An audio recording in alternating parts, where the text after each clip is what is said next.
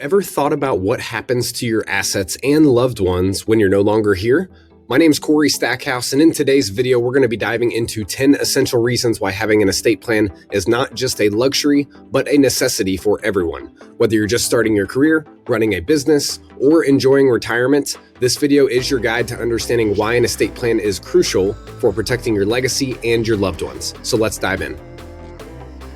10 reasons you need an estate plan. The first reason is we want to avoid state default laws. In the event you pass away without an estate plan, you're leaving your fate of your assets and your loved ones in the hands of the state laws. Intestate laws are the default rules that govern asset distribution when someone dies without a will or an estate plan. There are 5 things that we need to consider with this. They'd use a one-size-fits-all approach, meaning it does not consider individual relationships, wishes, or unique dynamics of any one individual family, as those laws are designed to be broadly applicable, which means they might not align with your personal preference for your asset distribution. You have distribution patterns. As a typical pattern of under state law, which usually prioritizes spouse and biological children. This can leave out important people in your life, such as stepchildren, unmarried children, close friends, and or charities. This can be especially problematic for non-traditional families or those who have specific wishes that diverge from the traditional norms. Unmarried partners. Unfortunately, intestate laws do not recognize unmarried partners at this point in time, potentially leaving a long-term partner without support or share in the estate. There is also no consideration of your wishes, as I mentioned earlier. They're not going to take into consideration who you wish should have inherited your assets or family heirlooms or anything of that nature without an estate plan. And then there could also in that be potential unintended beneficiaries.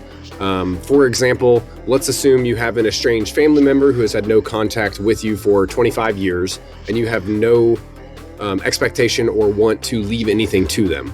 Well, if you pass away without an estate plan, that individual may inherit some of your legacy money regardless of what you want because you did not have a plan in place.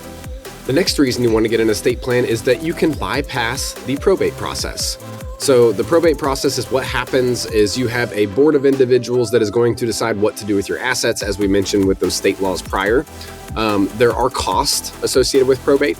There's going to be court fees, legal fees, executive fees, and other administrative fees that are going to be tied to the process in itself, which could range anywhere from 3 to 7% of the value of the estate. So if you have a $1 million estate and we'll go with right in the middle, 5%, you're costing your family $50,000 worth of fees potentially by not setting yourself up an estate plan. Delays in asset distribution. Probate can be timely, and the delay of distribution of assets to beneficiaries can take a very long time. It could be several months to a year or longer in some complex situations, which could negatively impact the beneficiaries, especially those who may be relying on the inheritance for their financial support. There is a public nature of probate as well. You're not going to be able to keep any of your secrets hidden in the closet. It is a public process, meaning that the details of the estate, including all the value of the assets, debts, and who inherits them, becomes a part of the public record. This leads to privacy concerns, which is how public knowledge and the estate details can lead to This can also lead to unwanted solicitation and disputes within the families. And then how the estate plan avoids probate. Living trust are one way that you can do it. Or joint ownership of assets. And then lastly, there's payable on death accounts, which help avoid all the probate process as well. Each tool works a little bit different, but it makes sure that your assets are transferred directly to beneficiaries. And the benefits of those tools are that it preserves the estate's value and ensures timely distribution to beneficiaries while maintaining privacy. The third reason that you want an estate plan is that it's going to help prevent any family conflicts in the future. A well-crafted estate plan is more than just a set of documents. It's a roadmap that ensures that your wishes are followed and your loved ones are protected from potential disputes. Clarifying your wishes. So it allows you to specify exactly how your assets need to be distributed, and it helps eliminate any misunderstandings amongst the family members. Without any clear instruction, some assumptions can be made, and we all know the saying about assumptions is it makes an ass out of you and me, excuse my language. But designing executors and trustees is another thing that this is going to be important of. You want to make sure that you appoint trusted individuals and executors of your will and your of your trust, and any trust you establish. Those appointments can mitigate any disputes as well, along with entrusting the administration of your estate to be complete. Impartial parties who are committed to executing your wishes are the ones that you want to be pursuing. Guardianship decisions. So if you have minor children, this is especially important. You want to name a guardian for those minor children in the event you are no longer here, so it can take out any disputes of the responsibility of the kids. This can be especially important in blended families or where there are situations where you have potentially multiple caregivers. Now, there are special provisions and instructions that you may want to consider. An estate plan can include those, which can be pertaining to personal items, family heirlooms, or other assets that might have supplemental value as well. It can prevent squabbles over items that may not have a significant monetary value but are highly prioritized in the family. And then mediation and conflict resolution. There are some opportunities inside of estate plans where you can put provisions in there for mediation or to prevent conflicts from happening in the event there is a dispute on how the assets need to be dispersed. This proactive approach can help preserve the family relationships by providing a clear path to resolving disagreements without resorting to litigation. The fourth reason, which we've mentioned now already, is guardianship for the minor children. This will ensure that the children are cared for by trusted individuals. Naming a guardian of your estate allows you to choose someone you simply trust to raise your children in the event of your untimely death. It ensures that your children will be cared for by someone who shares the same values as you, the beliefs, parenting styles, rather than leaving your decisions to the courts for them to decide who's going to be best. This also can prevent other disputes over the guardianship as well. So for example, if you have two sets of grandparents and one set of grandparents thinks they would be appropriate and the other one thinks that they would be appropriate, that may not be what you want. So you need to make decisions on that in order to prevent any future family conflicts down the road as to what would happen to your kids, again, in the event of an untimely death.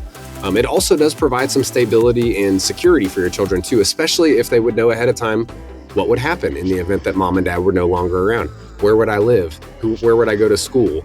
How would I get from point A to point B? All those questions can be addressed with a good setup estate plan, and open communication with the kids I think is important on this matter as well, even though it's a morbid topic.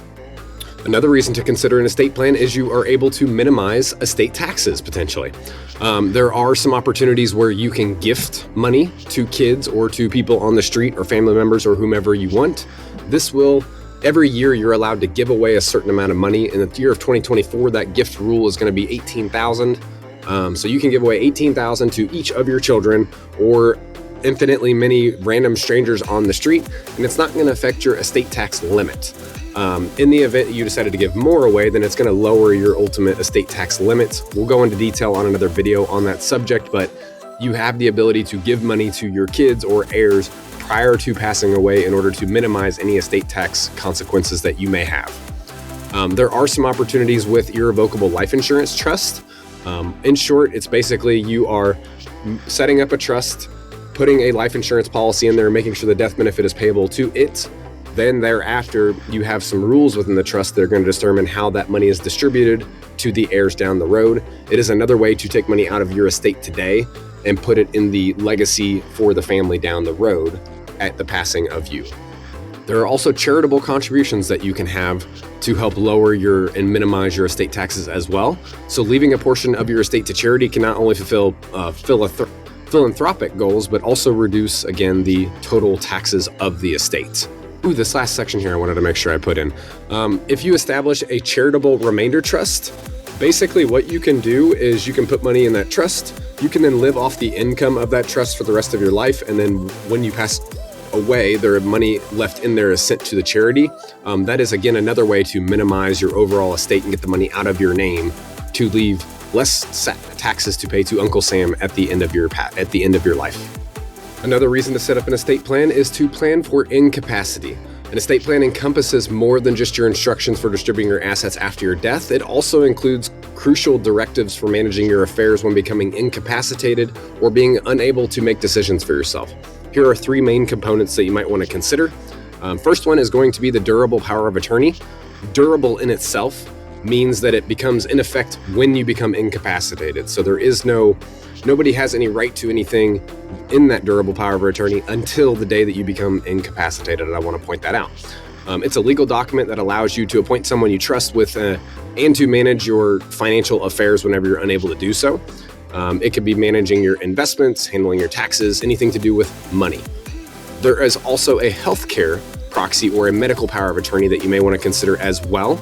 It's similar to the durable power of attorney, as though in that it becomes into play when you become incapacitated, but this is going to be for guiding how you would like your healthcare to be handled whenever you're incapacitated. So this is going to include medical treatments, surgical procedures, and any healthcare services, and it ensures that your healthcare preferences are respected even when you cannot voice them down the road. The last one you want to consider is a living will or an advanced healthcare directive. It basically specifies your wishes regarding end-of-life care, such as life support, resuscitation, and pain management. It guides your healthcare proxy in making decisions that align with your values, desires, and reducing the burden of family members and trying to make those difficult decisions for you, especially during stressful times. D is a big one too. So again, probate is a public process, means that everything goes on public record, so anyone can access those documents filed with the probate court. It includes the decedent's will, the inventories of the estate and the assets, and the information about the beneficiaries too. Such transparency can lead to privacy concerns as sensitive financial information and family dynamics are exposed to scrutiny. You can bypass the probate process with trust. The cornerstone of privacy in estate planning is the use of trust as a revocable living trust in particular. By transferring your assets into a trust, you are no longer considered a part of the probate estate and thus do not have to go through the probate process on those assets. It means that the distribution of these assets remains private, known only to the trustees and the beneficiaries of the trust, not underneath the public eye. When you do have to go through probate, there is a potential for unwanted solicitations, as I'd mentioned earlier. The public availability of those estate details can attract creditors, contesting parties, and even opportunists looking to take advantage of grieving families. It can lead to additional stress and complications, and already a difficult time again because you are no longer here. And then lastly, control over information disclosure. Estate planning allows individuals to control how much information is disclosed about their assets and to whom. For example, special bequests and the identity of the beneficiaries can be kept out of the public eye, preserving family privacy and reducing the risk of disputes and challenges. Estate planning can also protect unmarried partners. There are three main areas we want to hit on here. So lack of inheritance rights. So the challenge that we face is without an estate plan, unmarried partners are not entitled to inherit assets under most state intestacy laws, which typically prioritize, again, blood relatives. This can leave the surviving partner without support or a share in the estate, even if they have a shared life and home with the deceased. The solution for this, an estate plan allows you to explicitly name your partner as the beneficiary in your will or your trust, ensuring that they inherit according to your wishes. You can specify exactly what assets they should receive, providing financial security and honoring the relationship. There are no decision-making authorities inside of the... Let me explain. Challenge with that is that unmarried partners often do not have the legal authority to make any medical or financial decisions on behalf of the other in times of incapacity. So this can result in decisions being made by family members who may not be aware of your partner's preferences or the goals and values that you and your partner have together. The solution, though, is, again, through an estate plan, you can grant your partner durable power of attorney, as we've discussed earlier, a healthcare proxy giving them decisions to make money not only on your assets, but on your healthcare. And additionally, a living will can document your healthcare preferences on the end-of-life matters, whether it is the pain management or resuscitation or anything else that you would like to provide in that section as well. And then lastly, there is a lack of rights to shared property.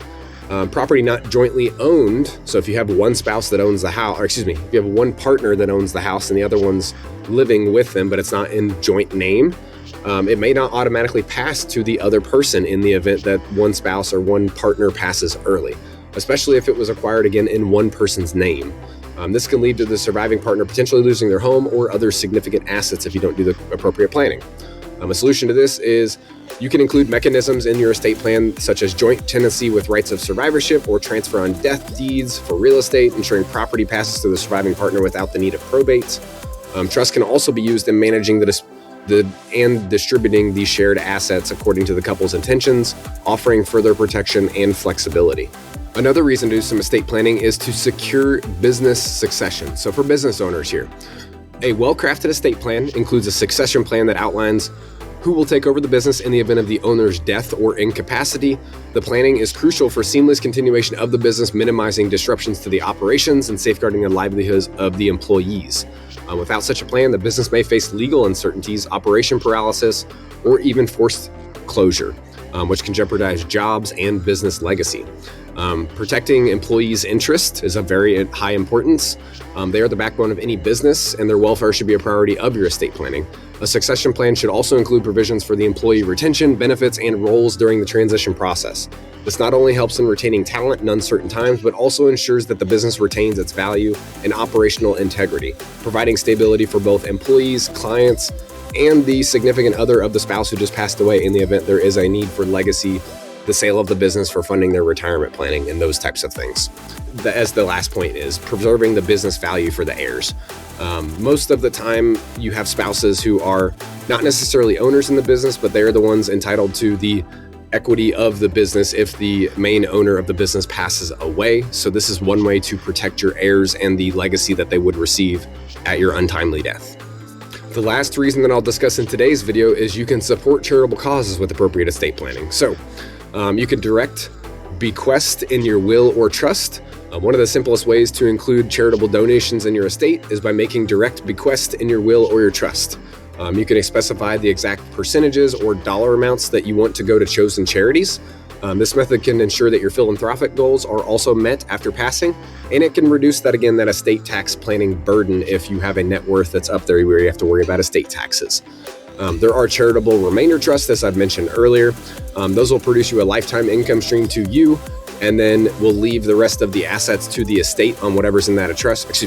Leave the rest of the assets to the charity of your choice inside of that trust, which again, not only provides you income during your lifetime, but also supports your charitable interest and reduces your taxable estate. There are also charitable lead trusts as well. In contrast to charitable remainder trust, a charitable lead trust provides a fixed amount of charity for the term of the trust, a fixed dollar amount set to the charity for the term of the trust, with the remaining assets eventually passing on to your heirs. It can be a powerful way to reduce or eliminate estate and gift taxes on assets to your heirs as well. I just got done giving you 10 reasons that you might ought to consider setting up an estate plan immediately. You can avoid any state default laws, you can bypass the probate process, you can prevent family conflicts, you'll set up guardianship for any minors, you'll minimize taxes, you'll plan for incapacity, you'll ensure privacy, you'll protect unmarried partners if that's applicable to you, business succession plans will be set up and in place, and you can support your appropriate charities. I hope that's 10 reasons that might get you interested in setting up an estate plan for yourself. If you have any questions on this, or if you'd like for me to go in further detail on any of these topics, please leave me a comment in the comment section below, or feel free to reach out to my office. Our contact information will be in the description of this video. Thank you for your time and have a wonderful day.